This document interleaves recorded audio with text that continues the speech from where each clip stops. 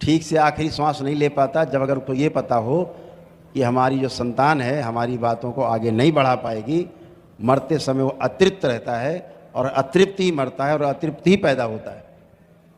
जो तृप्त शरीर छोड़ेगा वो तृप्त ही पैदा होगा, जो बेहोशी में शरीर छोड़ेगा बेहोशी में पैदा होगा।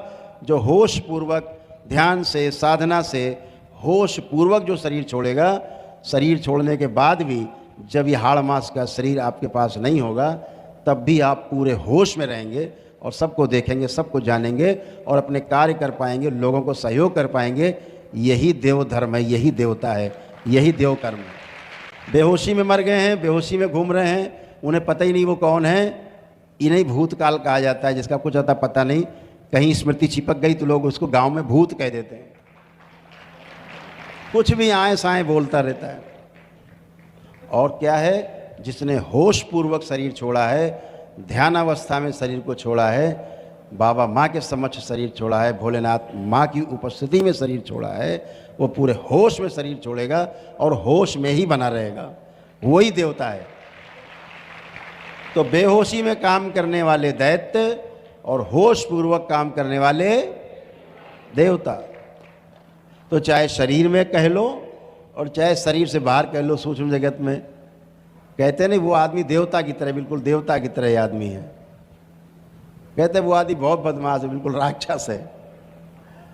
तो रहती तो स्मृतियाँ ही हैं, स्थूल में है तो सामने दिख रहा नहीं है, तब भी वो कार्यरत हैं। आपके अंदर तमाम गंदी जो स्मृतियाँ थी नष्ट हुई, अच्छी अच्छी स्मृतियाँ हैं। दरबार को लेकर के, अपने को लेकर के, परिवार को लेकर के, समाज को लेकर के, सब को लेकर के साथ चलने की इच्छा है, सबका शुभ करने की इच्छा है।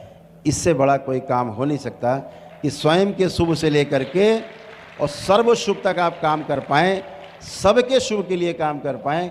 यही लक्ष्य है मानव का सबसे बड़ा, स्वयं सुखी रखना अपने आप को, और दूसरा भी दुखी ना होने पाए, वह भी आपसे मिल करके सुखी रहे, दोनों सुखी रहें आपस में एक दूसरे के साथ व्यवहार करके। यही मानव लक्ष्य है।